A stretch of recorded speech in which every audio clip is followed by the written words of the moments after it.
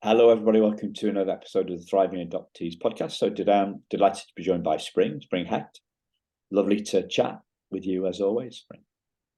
Delighted to be here with you, the listeners. So today we're going to talk healing, and because your practice, it's got healing in the title, yeah. Healing works therapy. Mm-hmm. So it's no coincidence, isn't it? That's what is the whole is this the Holy Grail, healing? So what does healing mean to you, Spring? Yeah, I think that that's such a big question, right? Yes. Wow, I just sort of feel like thinking, wow, that's a really big question, and there's me answering it as me, and me thinking about what healing I've gotten to witness with my clients, and I think it's really just to try to simplify something that's so complex in many ways. I think it's these aren't my words. They come from a book called Untamed. Oh, I really should know the author's name, but in any case, Living Your Truest and Most Beautiful Life. I think that's the first thing that comes to me. That's what healing really is about, our truest and most beautiful life. Yeah. So that feels does that feel like is that a destination? Is that a process? Is that something that we're going to get to? Yeah, it's for sure. I think the word always comes to mind for me is journey, right? And that might bring up different things for people, but they say that's pretty commonly understood. It's the journey, not the destination. And I think that is truly the case when it comes to healing. I've been personally, I'm 50, so that's fun, half a century. And I try to think back, when do I feel like I started my healing journey, and where am I in this journey? And sometimes I like to really think about that. And what I know for sure is I think I started asking a lot of questions when I was an adolescent. And I really needed answers that no one was giving me. And then I really wanted to try to figure out those answers. And I know how you were sharing earlier, curiosity is a big important thing that's probably, spurred you on in many ways. I think that's true for so many of us. So yeah. And so here I am, still feeling really curious and still on my own journey. So I don't think, it's definitely not a destination. There's still always more to learn, and noticing, that something happened inside of me that feels even like, I've changed somehow, right? So I think healing is this change that feels really positive somehow, really sensing that in myself, in my body, in such a different way. And we keep growing, right? Our bodies keep changing. And so the healing, I think, that's held here in this vessel, in this form, does keep evolving with us as we keep changing, right? Because there's always new things that they say. And that research early from the 80s said that these are lifelong issues. Adoption, as those 7 core issues. So that really helps me bear in mind. As soon as I learned about those 7 lifelong issues, I really understood, these are some things that may come up and surface for me at different points throughout my life that I can tend to. But it's different what it feels like today versus how that felt when I was in the fog. And it was also confusing, right? Yeah. So the word that comes to mind as you talk so eloquently and in such a lovely fashion about this is grace. Grace. Grace. Yeah. Mm. Grace Yeah. in the journey. Mm. And I guess why that comes to me is because a lot of my journey has been one of impatience. Mm. Mm-hmm. And dissatisfaction. So I used to talk about, and I still mention it sometimes, about worrying about worrying about worrying. Yeah. Mm-hmm. Being Yeah. angry about being angry. Mm-hmm. Being Mm-hmm. impatient for change. Where the big picture that you're painting to me is a picture of grace and contentedness Mm-hmm. on the journey. Yeah, I hear that, and it made me think right away of, okay, what is that about? And I think it right away connected up with acceptance and probably maybe some gentleness about it. And that made me think about self-compassion. And those are things that are not easy to come by. That's definitely, so it's like actively we're working with trying to cultivate more of that gentleness with ourselves, working towards acceptance. And so I think maybe I like what you're saying, because we're developing more grace with ourselves, with others, but many of us don't start out with that at all. Like you Yeah. said, there's anger, there's lots of grief, or there's impatience. I certainly can relate to that, anger, that's a really big one, anger.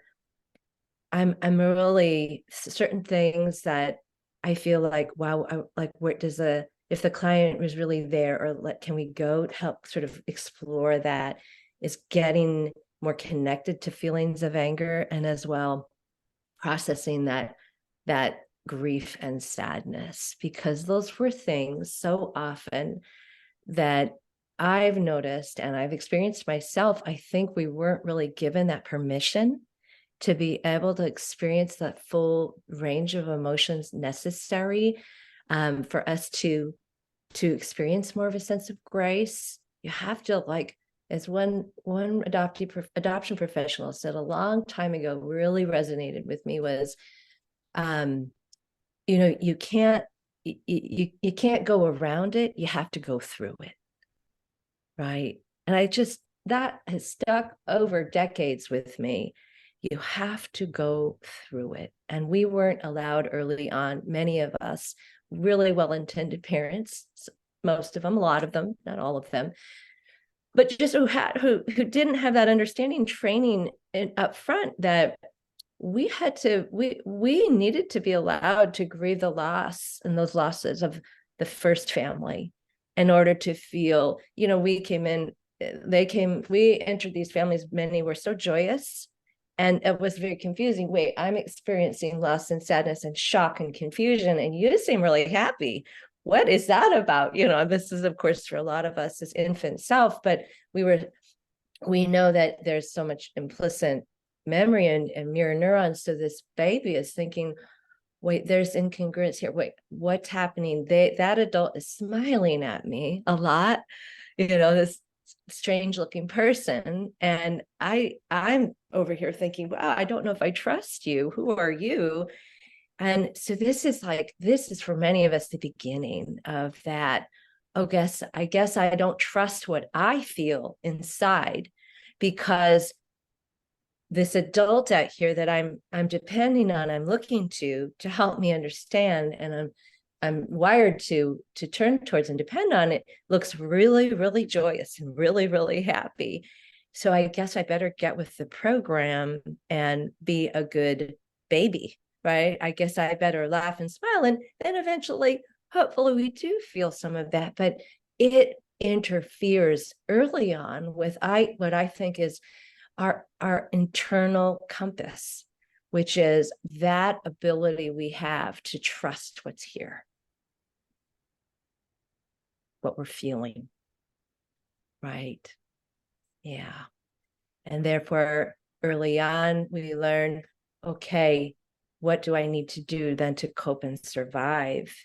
And this is my new reality, right? And so that's something I see in so many, well, there's the teens that I get to work with, and then these adults in different stages of their life, where I think that's a big part of the healing process too, which is in order to live our truest and most beautiful life, how could we do that if we are not feeling we're not at home here in this body, right? In this vessel, that this doesn't feel like a safe place first, right? In which one where I can trust myself that, yeah, that what I'm feeling or choices that I want to make are the ones that are right for me.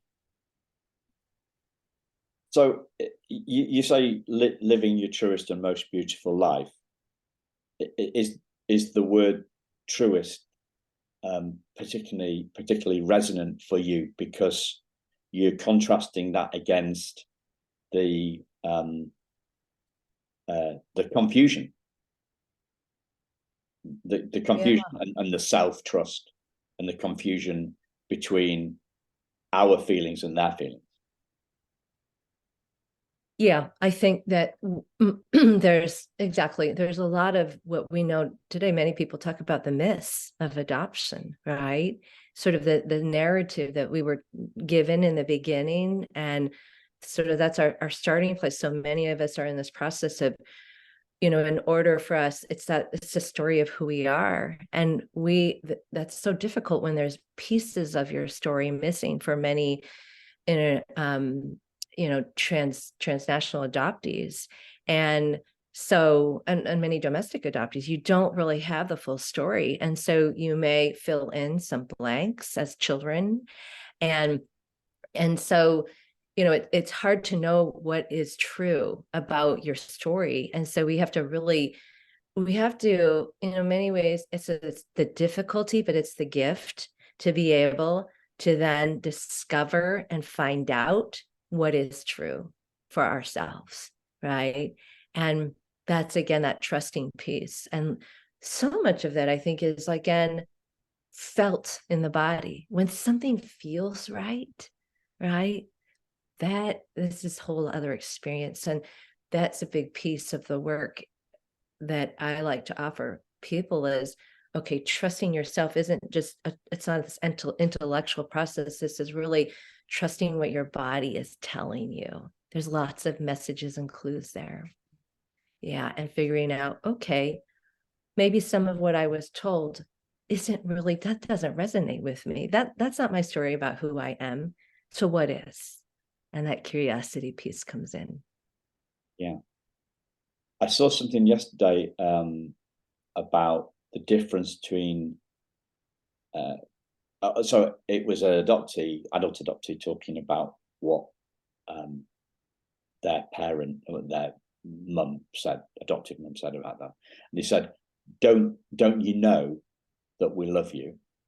And the adoptees said, yes, I did know that they loved me, but I didn't feel that they loved me. Yeah. I wonder what that adoptee did feel. If it wasn't that love, like their sense of love, I wonder what that was.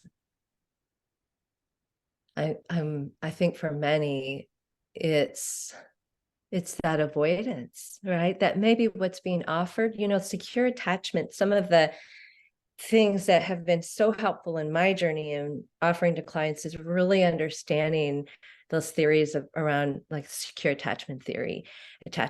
And that really resonated with me. So when I talk about that internal compass, I'm really also talking about learning how to become securely attached to ourselves, right? So that you've probably, because you have read so much, and I'm sure you definitely know attachment I've theory? I've heard a little bit about attachment theory. I I've got a bit of a strange experience of it, though. Ah, I'm curious. Is So that something yeah, you share? so attachment attachment means two to me. Okay. Two things, right? So yeah. So my most healing moment was reading a letter from my birth mother. And as I read that letter, I merged with her. So it was more like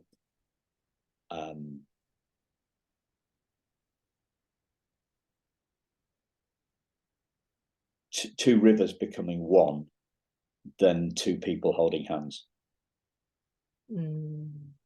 It was a merger. It was a felt sense of that quote by that Jesuit guy who said that we're one spiritual being having 7 billion human experiences. I felt a oneness with her, and I have also felt oneness in rugby stadiums and in rock concerts. I have felt a sense of oneness. I felt a lack of separation. Yeah. So for me, this is that underlying that for me the healing whole conundrum is that we're one whole spiritual being. Our spiritual identity is one, and it's always whole, and it's our psychological identity that is healing. So our sense of self isn't actually ourself. Our sense of self is more like ego, which is separate kind of stuff. So yeah. So that's might be a bit mind-blowing, but essentially I'm saying that we are always whole,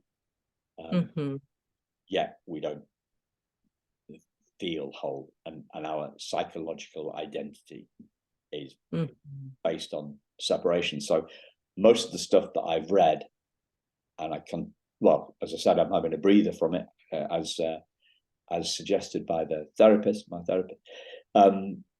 Most of the stuff is in that consciousness realm, spiritual place, awareness place, not in that attachment psychological space. But we're both into, like, you and other adoptee therapists have suggested this internal family systems parts model, and uppercase S, self. Right. It kind of equates, in my view, my perspective, it equates to our essence. Yeah, I'm really with you on that, and I'm so glad that that you're familiar with that model, because it's a lot. And I hope some of your listeners will go out there, and I really encourage them to learn more about internal family systems and parts work, because and there's lots available. You don't have to go to start out a therapist who specializes or has that training, but you might find that's helpful depending where you are in your journey. But there's great books, there's podcasts, there's, there's videos you can watch. But yeah, I'm with you that a lot of that informs us from, like different cultures, different, religions, where this sort of our spirituality that can be for many, that's part of this self energy with a capital S. So yeah, our essence, right? It's like sort of when everything else kind of falls away, what's there, and it's this essence, and it can even be hard to put in words. But I It also don't is. think, It yeah, is. it is It's hard impossible for to put anyone into words because it's yeah. beyond words. And I can tell you that a lot of my clients are actually a bit skeptical of that too, Yes, because they haven't been definitely. able to Definitely. experience and self energy, maybe a little throughout their life here and there. But the way it's described, it's almost like, wow, this is this big, powerful thing. And I've never experienced anything like that. But I think even if we can just invite people, it could just be moments when you feel curious about something. That's part of self energy. It's one of the 8 C words, right? Or a moment you feel compassion for somebody else, right? Even if it's hard to feel that for yourself, or, you have a moment where you just have some calm. I mean, again, a lot of people with trauma have a difficult time trusting self energy, because when they were, this is something I've seen in my practice, and we learn about with this model, is that it was not safe, right, to be in self energy. You had to have what we call these parts of us that are protecting. They're doing whatever is necessary to keep the system, going, to stay alive, to survive, to cope. So we were doing our best. But when we are in a supportive environment, allowed to heal and slowly be able to experience self energy and have that develop, like get more connected with that, to ourselves, that internal compass, then we can begin to understand, oh, what might that truest and most beautiful life be? It's where I am no longer having to always be in a state of survival, right? Or where I perceive threats, but I have moments and more where I can just be, right? I don't have an agenda. I'm in this moment. We talk so much about mindfulness and presence. It's really because I think that is what enables many people to experience more of that self energy. But when I say it's not mutually exclusive, babies, children, we're born with this essence. It's not something like we have to figure out how to get. It's already there inside of us. But for children, I think what helps us develop that early on, babies, is having these caregivers who are able to really, the attachment that's there is our understanding. It's early. It's part of helping create, safety for us so that we can do that. If we have caregivers who that attachment early on, we're so dependent on the caregiver, teaches us so much that's exactly it, we hope we learn that the world is a safe place, that we can depend on others to help us get our needs met, right? And that we are lovable. So those are some of those basic things. And then we learn, what do we do with all these emotions? We learn, co-regulation. There's that, with this other person. So there's a lot, we're interdependent. I'm very relational, but it starts with what you're saying is, in my mind, this relationship with ourself, and it being able to, what we may have to really begin from the beginning of building that relationship with ourself, that secure attachment with ourself with a capital S, right? But we still, I believe that that's one of the things that can really interfere with people's healing, is too much isolation. So we could be in a state of bliss and self and great, and we're at the mountaintop and we're, like lotus position. And yet as humans, I believe we're really wired for that connection early on. That's what attachment theory really teaches us, that resonates with me, that it's both, it's an and both. We need both the attachment to ourselves and when we are in community with others, and that's what happiness studies, that my understanding is, that helps us, it supports that people who are happiest, in air quotes, are those who have meaningful connections with others. Yeah, I'm definitely with you on that, and that's why I do a podcast, and I don't exactly right. We're on because the I have more fun in a conversation than I do tapping away at my keyboard. Yeah.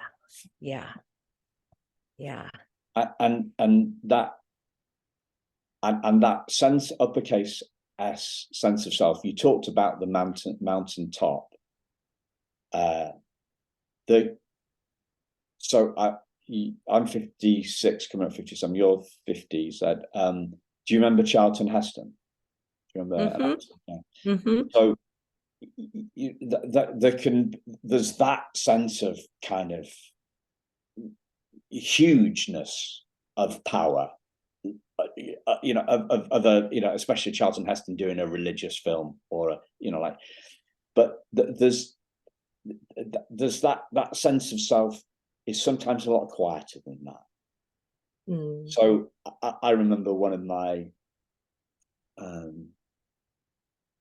first holidays with my wife. So this is back in mid-90s, and I was having a crazy time at work, and we had a late flight, a lunchtime flight. Maybe we went to one of the Greek islands, and so we kind of dumped our bags and off we went out for dinner.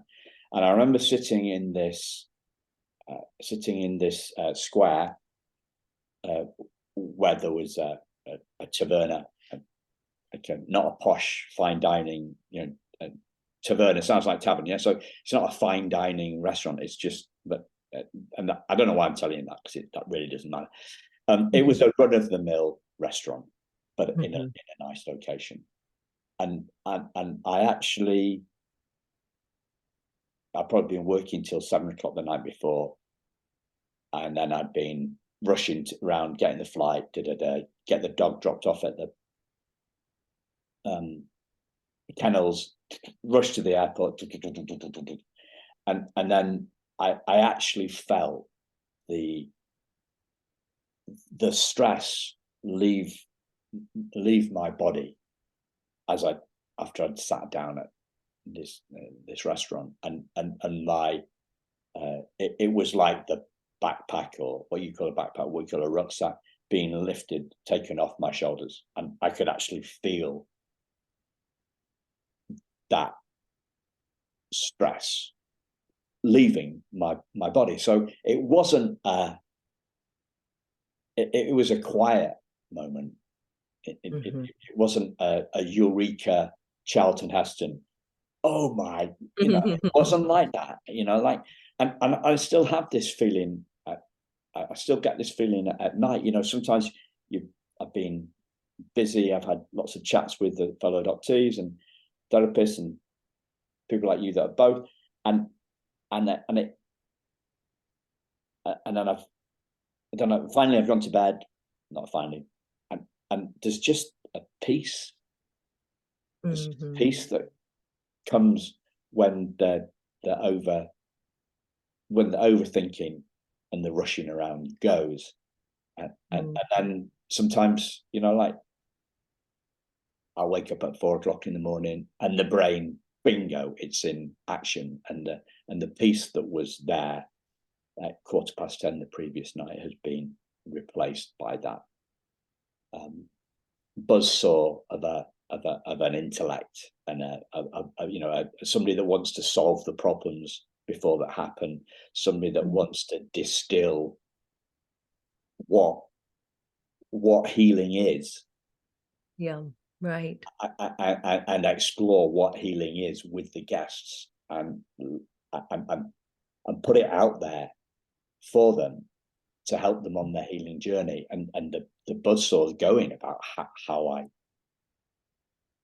do that.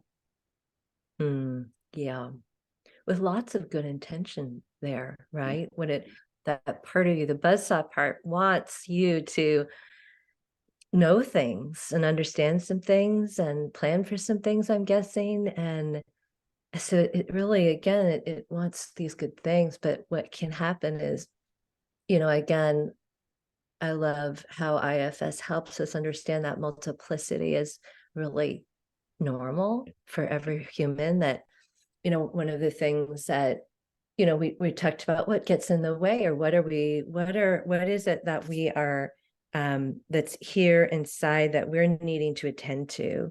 I like that word. Someone was saying the other day, they like the word attend to sort of better than, and I like healing. I don't like the word work, because when it comes to ourselves, so many of us already feel really tired. That this idea that I have to do more work. So, I get that. We all feel that at times, but so that these things that get in the way are the parts of us that, again, developed at some point through our lives to help us cope and help us succeed, right? Or even just survive. So many of those common adoptee parts I encounter, the sides of ourselves, are things like the perfectionistic part, right? There's maybe these are, again, often I can look towards those 7 lifelong issues in adoption that have been identified, like the control. There's the part that, because rejection, you were mentioning early on about this experience of rejection, which I have noticed that it comes in many forms for people. I remember when I was young, some of those moments of rejection that are tied into some grief and loss for me were things like, not making the high school soccer team, or certain things like that. When you're a teen, you don't have a lot of wins and you try out for something and it's like, oh, like for the adopted teen, it's a loss for all humans, but it can really, those early wounds, what happens is it really touches those early wounds from early separation trauma. And a lot of people have that difficult time making the connection there with, oh, I know I'm going a little bit of a different vein with this when we were sharing, but it's, that we don't recognize our losses. We don't know what to do with them. And there's what we call the ambiguous loss, or disenfranchised or hidden loss, right? And complicated grief. So I really like to geek out on grief models and grief, and I don't really call myself a grief expert, but this is such a major theme in adoption. And so the parts that help us deal with rejection, right? That help. So for me, I see a lot of this in other adoptees is, the people pleasing, except that people will say, I'm a people pleaser, I'm a perfectionist, instead of recognizing, which I appreciate about IFS, which is, oh, this is just a part of me that I can learn to, in time, appreciate and understand, and have some compassion and take care of this part of me that was doing what it needed to do early on to survive. The approval seeking part, the part of me that will go into a room and scan and look, as an Asian transracially adopted person, scan a room and look for if there's any other people of color. So I have lots of parts that help me stay safe, that help me want a sense of belonging and connection. And it's the challenge is when we don't have the awareness of these as parts that are taking over, that are really hijacking with the best intentions, right? But as we're adults and we learn skills and we are able to get this connection and attachment to our self with a capital S, we know that we are no longer dependent on, as we were as children or babies, other people to help keep us safe. We now are able to do that for ourselves in many ways. And for people with trauma, they perceive threats all over the place, even when they may be safe. So I'm blending those parts, appreciating them, and eventually unburdening them. So we're really liberated, because the self with a capital S, and the moments we feel this peace, and I feel freedom. I feel this freedom from all those worries and all those things that seem so important in this moment that I actually can't control. And I had big control parts. And when I finally was able to live with the uncertainty of life and the unknowns, then I really experienced a freedom like I never knew. That is part of my self energy, right? So I know I just talked a lot. Feel free to interrupt me anytime. Just wave at me or something if you have a thought. But yeah, thanks for letting me share all that. So, first question: have you ever played Trivial Pursuit? Oh yes, I'm very bad at that game. I have my part that's saying, "Yeah, you suck at that game," but yeah, I played it. So, some of the listeners may have heard me come up with this metaphor for uppercase S self, right? So, it is hard to put into words because it is beyond words. Right? Uppercase S. So, if it hasn't, we need an idiom to take something that isn't a thing and make it a thing, right? So, to use the best idiom for idioms, right, is the in my opinion, is the invisible man, right? So the invisible man, the invisible man's suit is what allows us to see his body. The invisible man's bandages around his head allows us to see his head. That's what idioms do. They allow us to put something that is beyond words into words. And our brain needs something. Our brain needs words. It can't get its head around stuff that hasn't got any words. Mm-hmm. So my best metaphor I came up with in the moment for a parts work, or the uppercase S of self is the cheese holder. You know, you get the round cheese holder.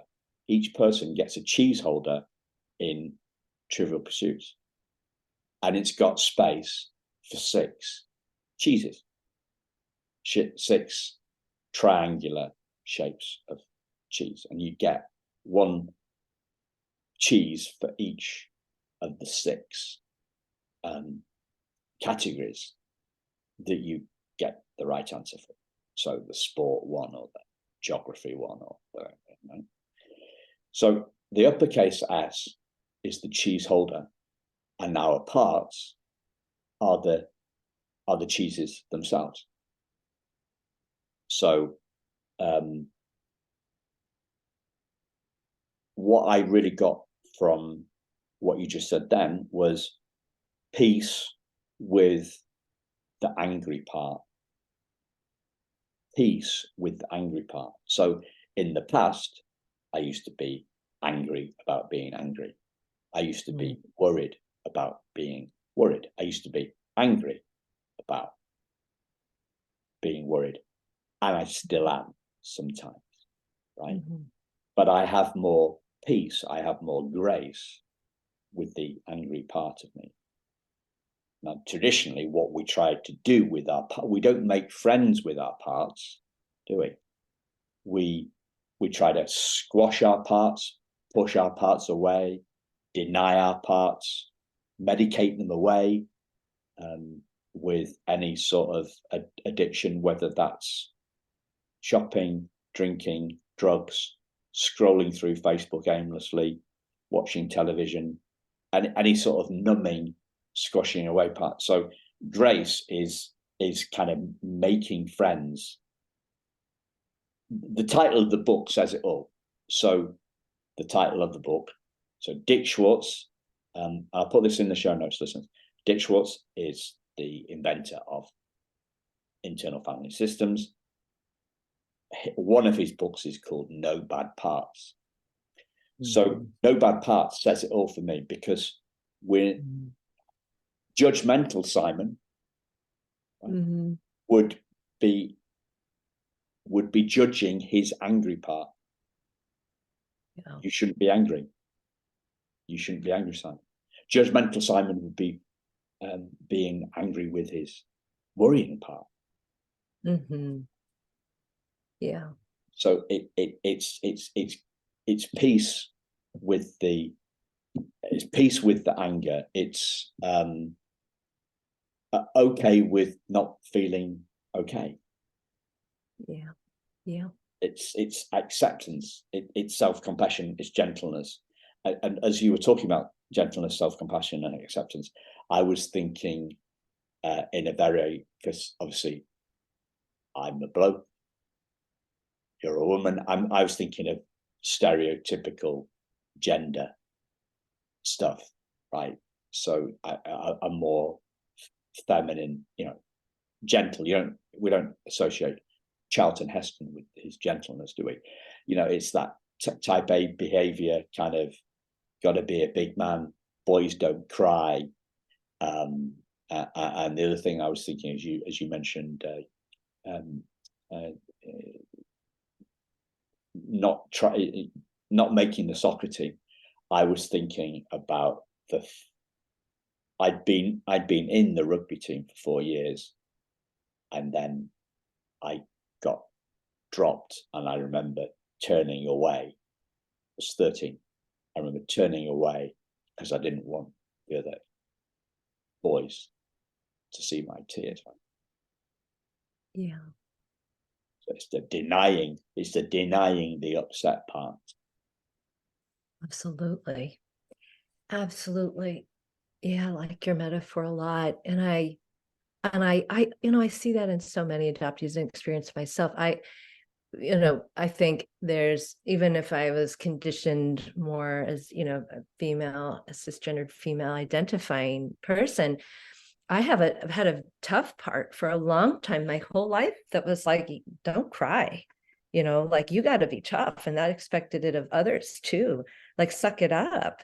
This is a hard world, and you got to be tougher than that if you're going to survive. So I had to really learn to appreciate how that tough part early on, when I was saying we weren't allowed to feel sad early on, it was, well, you're really going to let down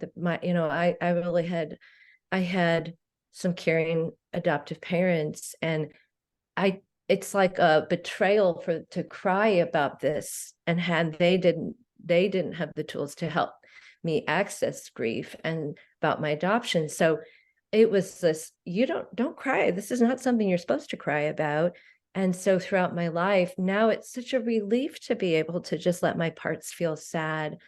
If I can share this one little story, I'm not sure how much time we have left together, but a story where I was doing this activity to really connect, just sort of go inside and see what was there with my parts. And what I discovered was that there was, one of my exiles is the little orphan girl part, right? The orphan girl part, I call her, which is in, I think, vast majority of us adoptees. And she always, early on, she felt really unlovable. She didn't trust other people. She always thought, feared that people would leave. So don't get too connected, attached. So, right, a lot of us are familiar with this. So the little orphan part felt so alone, because we are wired to grieve and, community with others. And the experience of having to hold all that sadness and stuff it away, or not having anywhere for it to go, is very painful. And so the little orphan part, she really wanted to be able to grieve and let others in for a long time. And then the beautiful moment I had was realizing, so many things we're talking about. Yes, IFS is wonderful, but you and I likely could name so many things in our life that helped in our healing journey. It wasn't one thing. It was so many. It was like doing a shamanic journey with someone, in my life. Maybe there were psychedelics, there was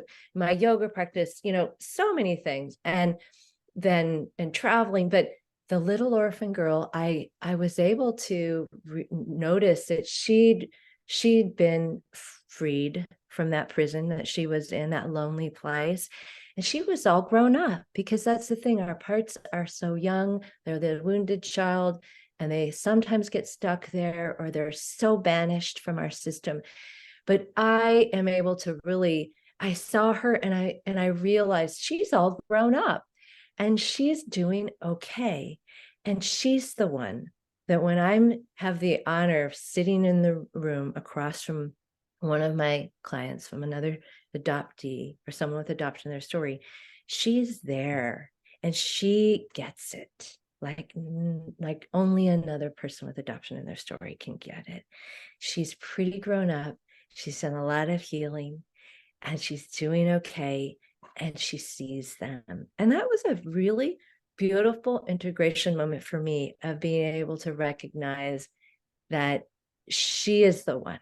She is the one there. She's here with, I'm with her, myself is with her, and the grown-up version of her and myself energy, we're all there together. All those parts now that I've been able to heal can be there when I have this one tiny part in someone's healing journey, right? With adoption trauma. So I loved that. And I think that to me, that really illustrates what is that like to feel that self energy. It's that I might not be big and powerful like Charles, what's his name? Charles Heston, whatever his name is. But I have these quiet little special moments that she and I get, right? Like I can, it's nice to share that with others, but mostly because it's hard to put in words, it was an embodied, felt experience. And it was spiritual and mythical, right? Mystical. Yeah. That's beautiful. And we want others to have these experiences, and they can, right? Yeah. They can. Healing's possible for everybody. Just like we cut a finger and the finger wants to heal, right? Sometimes we just can't stop the healing. It happens. We're running all over town saying, look at my finger, look at my finger.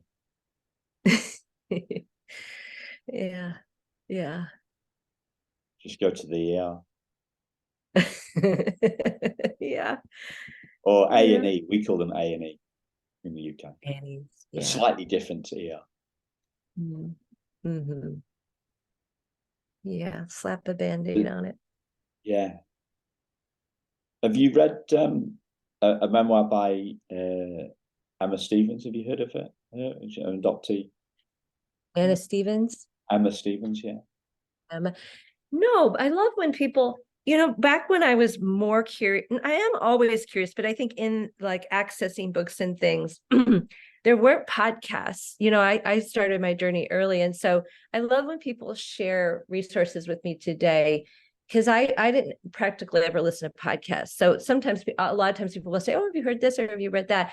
And I'll feel like that part of me that's going, you're supposed to have read everything. Aren't you an adoption therapist expert? Why haven't you read these things? So I'm sharing that part comes up for me, but tell me about her and what was so the book's called The Gathering Place, and it's basically her memoir, or one of her memoirs, with an IFS content.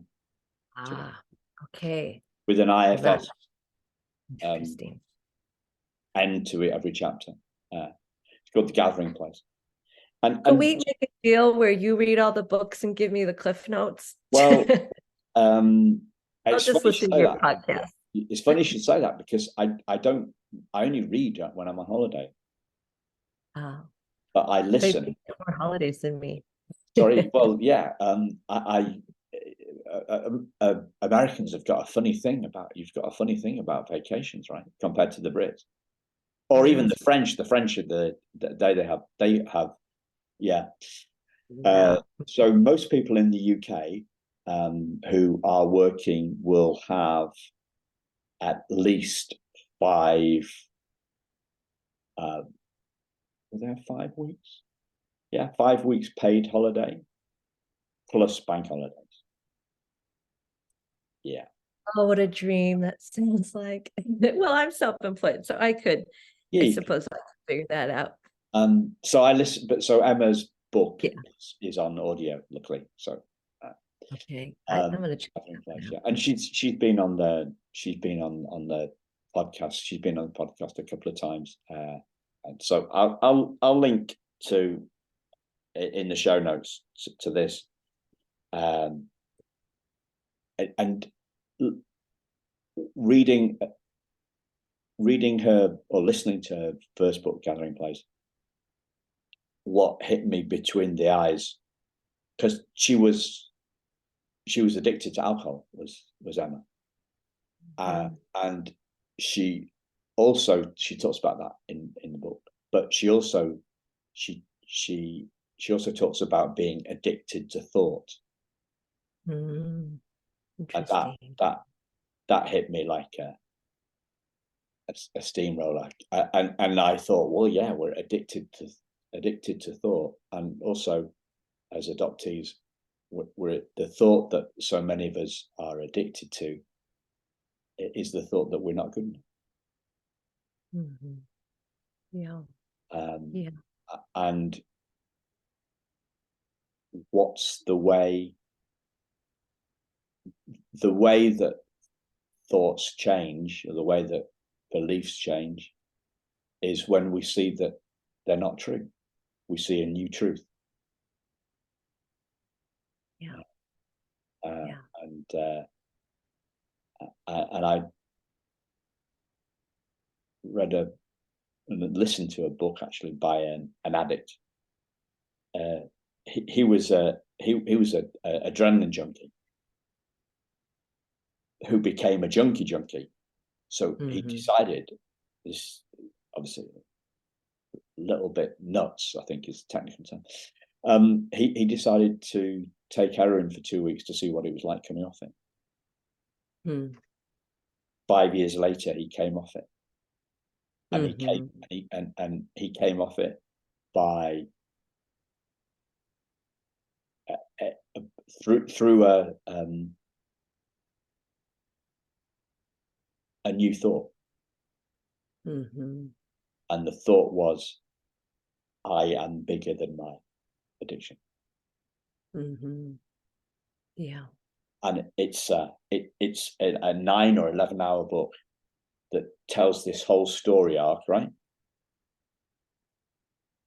But there's just one sentence that changed his world, and that's when he realized that he was bigger than his addiction, and that was it. Yeah. That started his road to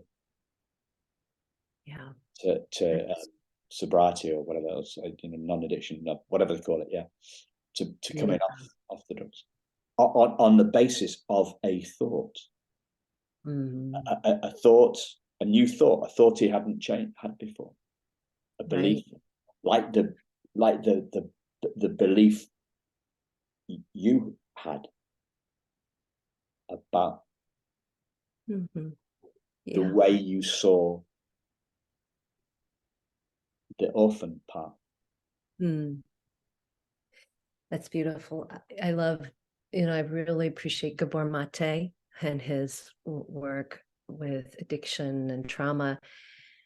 Yeah, I think those firefighter parts, I have my firefighters, they're not out of control and running my life. They're more like, we need to have fun. I have a fun seeking part, and it likes to go and maybe have a drink, kick back, go out, listen to music, and but I realized, like, most of us, the firefighters want us to get in our body and feel good, right? And temporarily, drugs and drinking and gambling, or in the moment, it feels good because we're so disconnected from our body, and we learn that early on, because there's a lot of negative, difficult, overwhelming feelings. So the process and journey of learning to reconnect with our body in ways that it feels good without our firefighters is so important.